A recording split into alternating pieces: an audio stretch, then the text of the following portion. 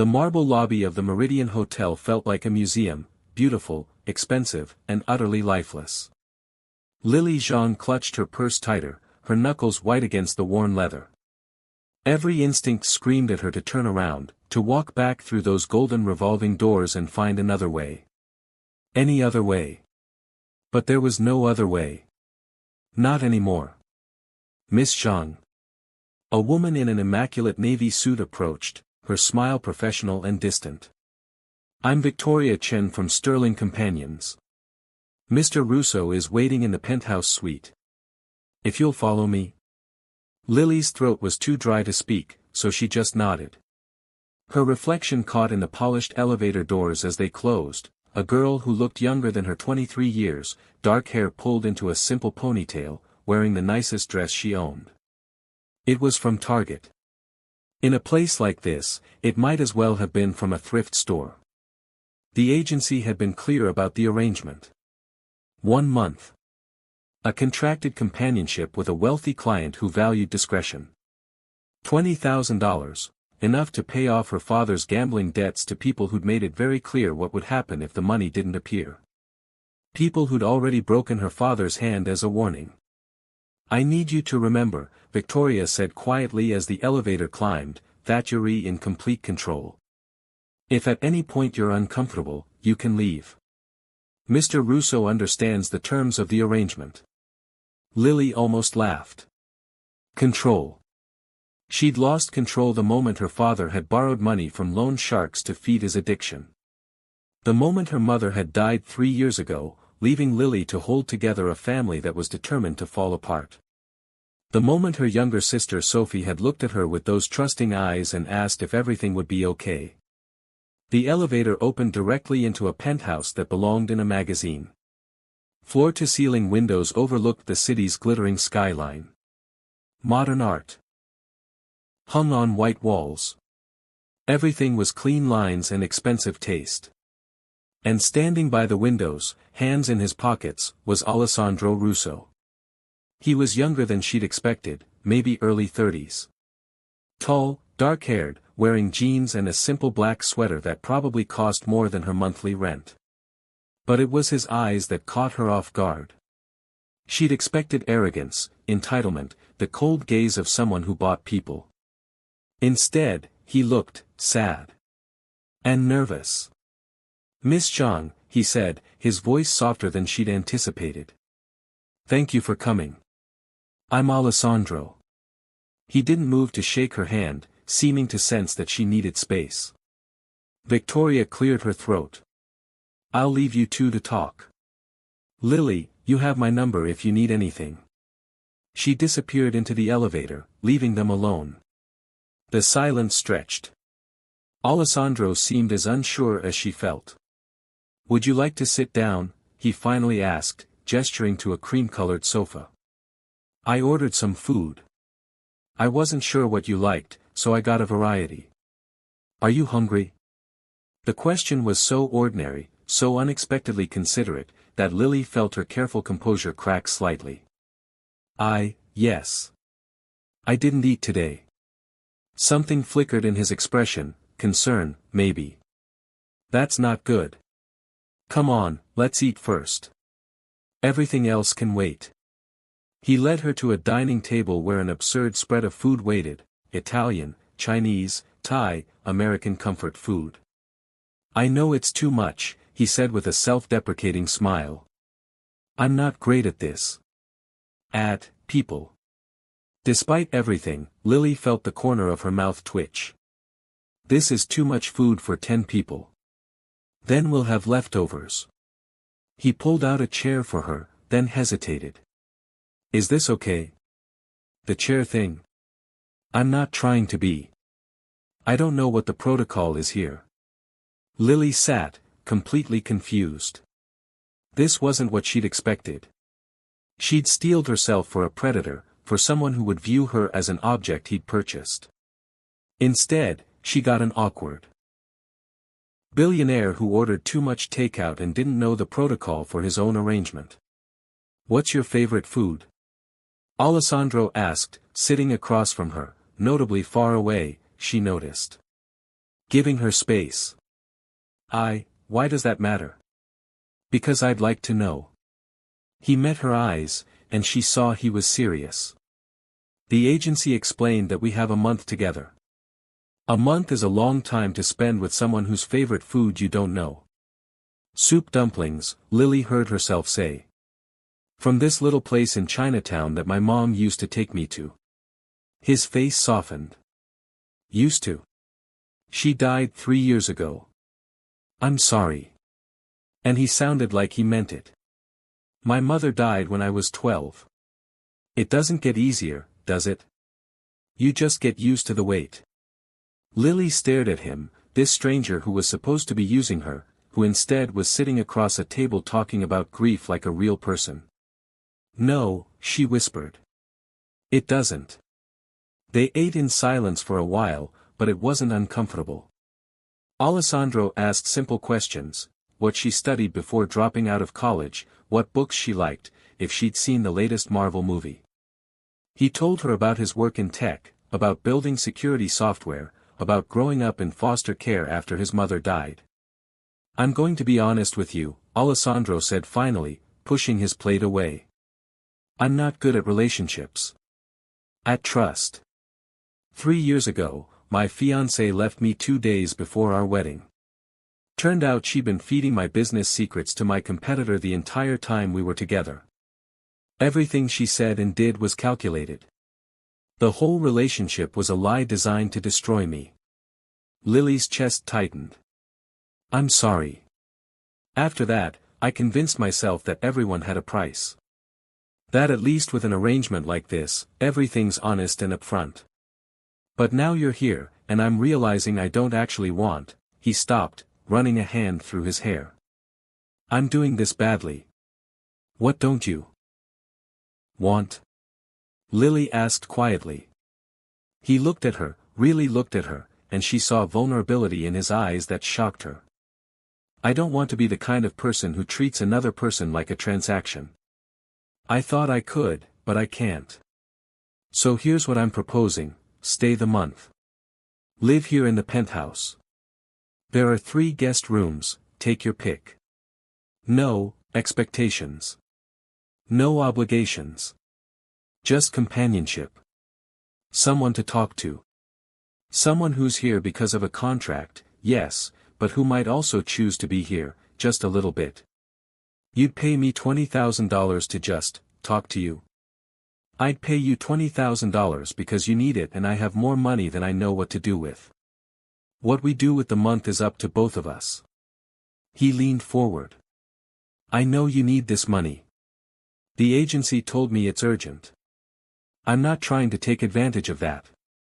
I'm just asking if we can try to make this month bearable for both of us. Maybe even pleasant. Lily felt tears prick her eyes and furiously blinked them back. This couldn't be real. People didn't do things like this. There had to be a catch.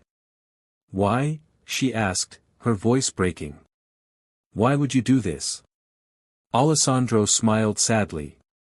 Because 3 years ago, someone treated me like a mark instead of a person, and it almost destroyed me. I won't do that to someone else. And because you look terrified, and I remember what it feels like to be that scared and that desperate. He stood up and walked to a desk, returning with an envelope. Here's half the money now. You can leave right now if you want, keep it, and I'll never contact you again. Or you can stay, and we'll figure out what this month looks like together. Your choice, Lily. It's always your choice. She stared at the envelope, at this strange man who was offering her a lifeline without strings attached. Every survival instinct told her this was too good to be true. But when she looked into Alessandro's eyes, she didn't see deception. She saw loneliness. A mirror of her own. I'll stay, she whispered. But I don't understand you. That's okay, Alessandro said gently. I don't really understand me either. Come on, I'll show you the guest rooms. And Lily? Thank you. For giving this a chance. As she followed him down a hallway lined with expensive art, Lily realized something strange. for the first time in months, the crushing weight of fear had lifted just slightly. She had no idea what the next month would bring, but for tonight, she was safe. She was fed. And she was with someone who, against all odds, seemed to see her as a person. Maybe that was enough for now.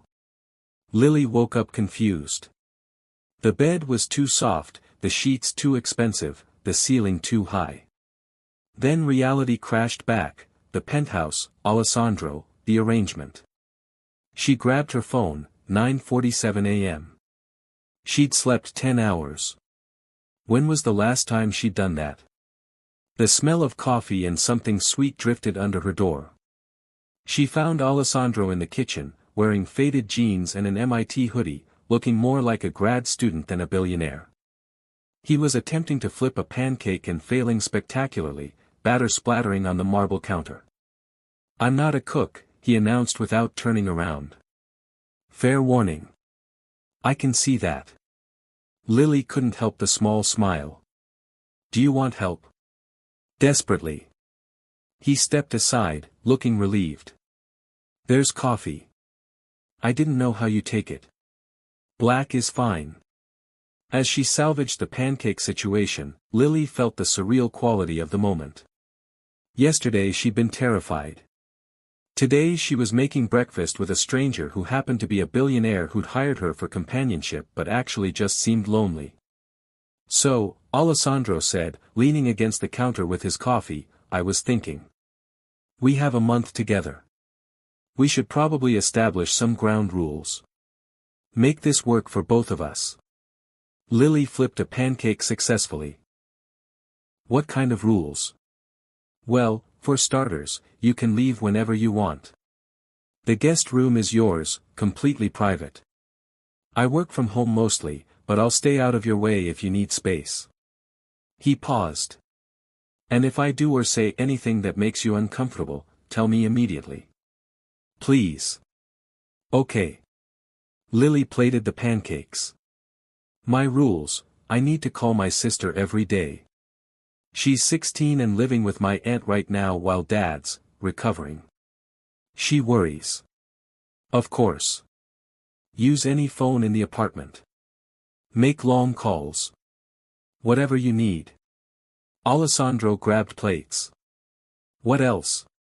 "I need to look for work. Something I can start after this month is over. I dropped out of nursing school, but maybe I can find a hospital job, work my way back." Something lit up in Alessandro's eyes. "You wanted to be a nurse. Still want to be. Just can't afford it right now."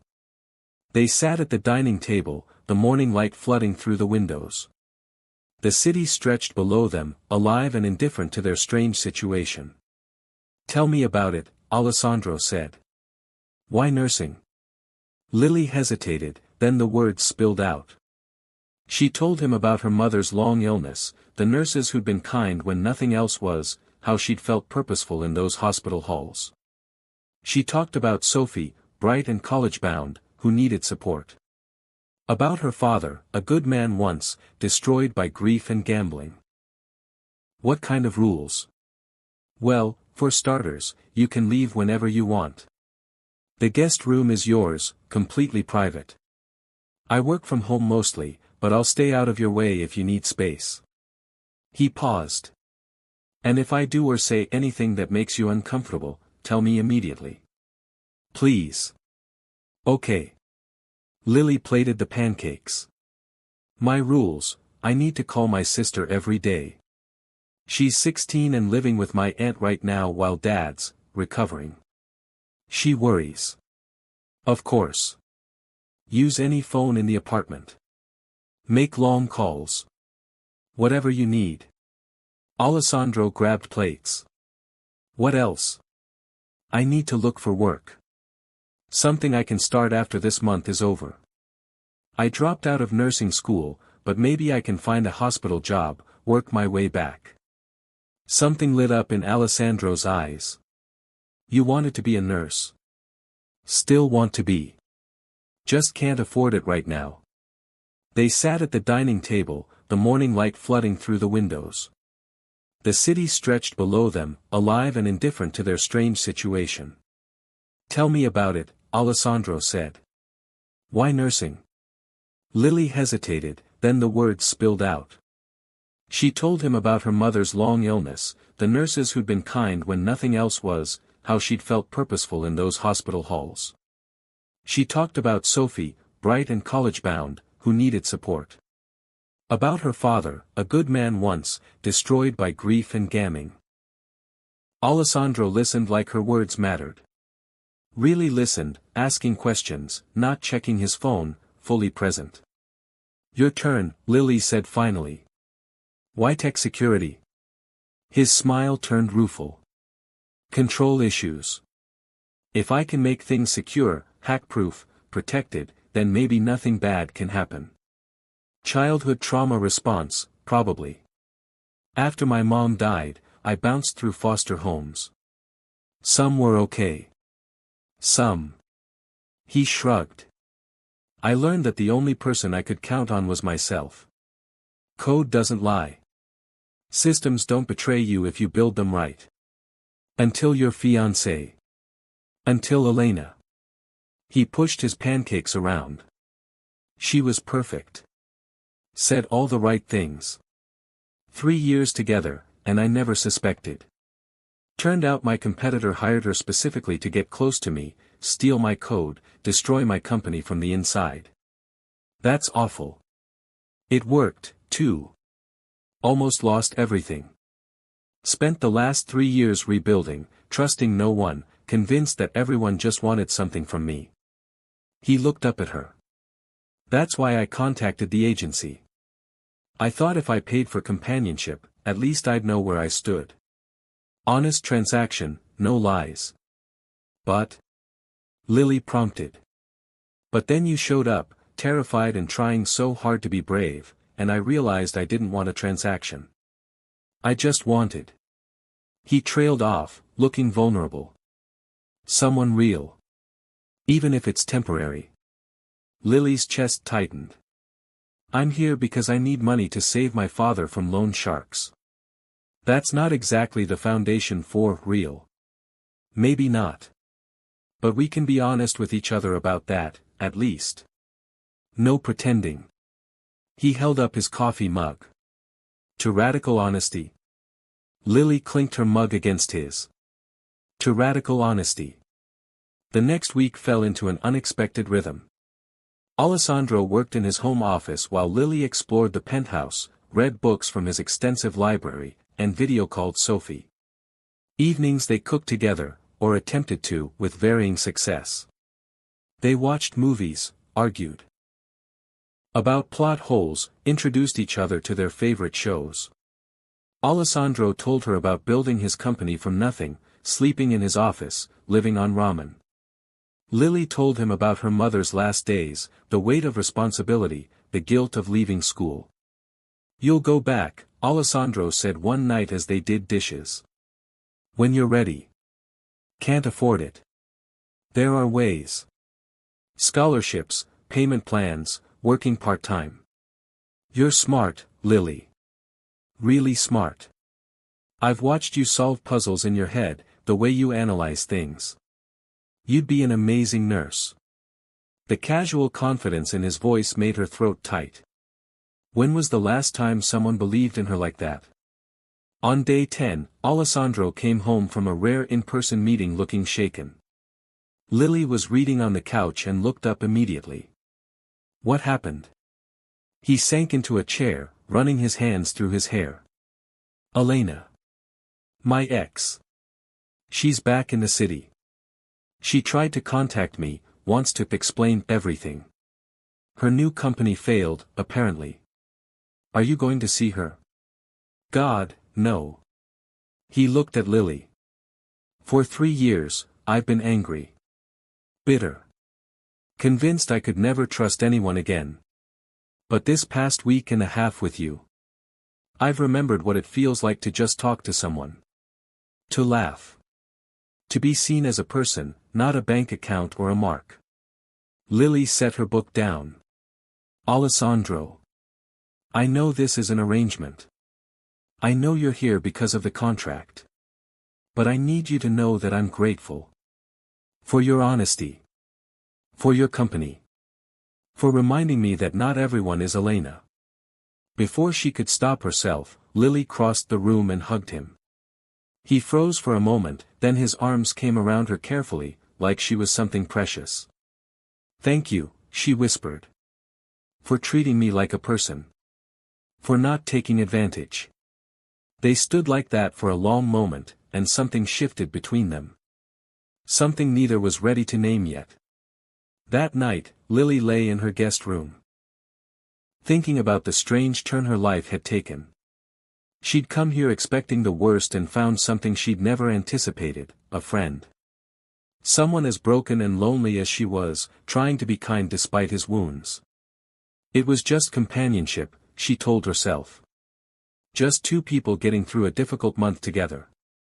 But her heart, traitorous thing, was starting to hope for more. You're doing it wrong.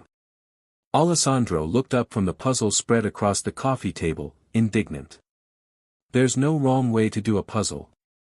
Yes, there is. Lily reached over and flipped several pieces right side up. You're looking at them upside down. How did you even notice that? Because I've been watching you struggle for 20 minutes. She grinned at his offended expression. Edge pieces first, Alessandro. Basic puzzle strategy. I'm a tech CEO. I don't need basic puzzle strategy. Clearly you do. He threw a puzzle piece at her. She caught it and threw it back. Somehow this escalated into a brief puzzle piece war that ended with both of them laughing, Alessandro calling a truce, and Lily declaring victory. It was day 21, and somewhere along the way, they'd stopped being careful around each other. They'd fallen into an easy intimacy, not physical, but emotional. Alessandro worked with his office door open so he could call out random thoughts to Lily.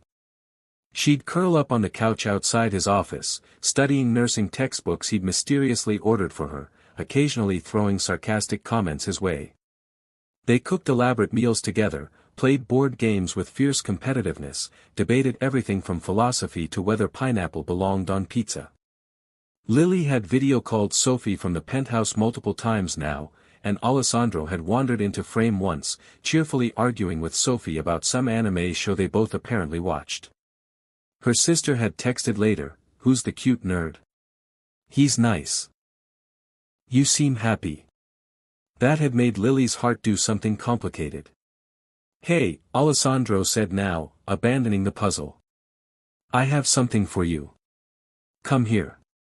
He led her to his office and pulled up something on his computer, a spreadsheet of nursing programs, scholarships, and financial aid options. All color-coded and organized. "I've been researching," he said, looking suddenly nervous. "There's a program at City General that offers tuition assistance if you work part-time. And these scholarships don't require you to be enrolled yet. I thought maybe." He trailed off. "Is this overstepping?" "I'm overstepping." Lily stared at the screen, at the hours of work he'd clearly put into this. Her eyes burned. "Why would you do this?" "Because you light up every time you talk about nursing. Because you're brilliant and compassionate and you deserve to finish what you started." He turned to face her. "Because over the past 3 weeks, you've become important to me. Your dreams matter to me. Alessandro. I know the month is almost over. I know you'll leave soon and go back to your life, and this has just been a strange interlude. But I want you to know that knowing you has changed something for me. You've made me remember how to trust. How to hope. How to see good in people again." Lily's heart was pounding. "You've changed things for me too. I came here expecting the worst and found the best person I've met in years. You make me laugh. You make me think. You make me feel like I matter." They were standing very close now. Alessandro reached out slowly, giving her time to pull away, and tucked a strand of hair behind her ear. "You do matter," he said softly. "So much." Lily didn't know who moved first. Maybe they both did. But suddenly she was kissing him, and he was kissing her back, and it felt nothing like obligation or transaction. It felt like coming home. When they finally pulled apart, Alessandro looked dazed. That was. Yeah. I don't want this to be. Because of the contract, he said urgently. I don't want you to feel like you have to. Lily kissed him again, softer this time. This has nothing to do with the contract. This is me, choosing you. Is that okay? That's more than okay. They spent the evening tangled together on the couch, talking and kissing and marveling at how unexpectedly perfect this felt. The arrangement that had seemed so clinical had become something real and precious. When the month ends, Alessandro said as they watched the city lights, Lily tucked against his side, I don't want this to end. I want to date you. Properly. Take you to restaurants, meet your sister, introduce you to my terrible foster brother who's going to give me so much grief about this. I want that too, Lily whispered. But Alessandro, we have to acknowledge how this started. People will judge. Your ex might use it against you. Let them. I don't care. He turned to face her. For 3 years I've been hiding, convinced everyone would hurt me. You walked into my life at my lowest, and somehow we found something true. I'm not ashamed of that. Are you? No. Scared, maybe. Of losing this. Of it not being real. It's real, he promised. We're real. That night, Lily lay in Alessandro's arms in his bed, her choice, freely made, and felt a peace she'd forgotten existed. The weight of her father's debts was gone, paid off by Alessandro's first payment. Sophie was safe. And somehow, impossibly, she'd found something she hadn't even known she was looking for. The next morning, reality intruded. Lily was making coffee when Alessandro's phone rang. She heard his side of the conversation from the kitchen. Elena, I told you not to contact me. No, I'm not interested in meeting. That's not my problem. How did you? His voice changed, going cold. What did you just say? Lily walked to the office door. Alessandro's face had gone pale. I'll call you back. He hung up, staring at his phone like it was a bomb. What's wrong? Elena knows. About the agency. About our arrangement. She has proof. She hired a private investigator who's been following me. She's threatening to leak it to the media unless I meet with her. Lily's blood went cold. To blackmail you into what? I don't know. But Lily, if this gets out, it won't just hurt me. It'll destroy you. Your reputation, your chance at nursing school, everything. People will think, he couldn't finish. They'll think I'm exactly what the contract says I am. You're not. Alessandro grabbed her hands. We both know what this became. What we are to each other. Do we? Lily pulled away, panic rising. Alessandro, we met through an agency that arranges companions. You paid me. No matter what happened after, that's our foundation. How can we ever build something real on that? Because it is real. What we feel. Is it? Or did we just convince ourselves it is because we're both lonely and broken? Tears spilled down her cheeks. I need to think. I need to figure out if my feelings are genuine or just gratitude to someone who was kind to me when I was desperate. Lily, please. I'm going to stay with my aunt for a few days. We both need space to figure this out before Elena forces our hand. She was already heading to the guest room to pack. Keep the rest of the money. I don't want there to be any question about why I was here. I don't care about the money. Alessandro followed her. I care about you. But how much of that is real, and how much is just two damaged people finding comfort? Lily stuffed clothes into her bag, crying openly now. I need to know my feelings are genuine. That I'm not just I need to know I didn't sell more than I meant to.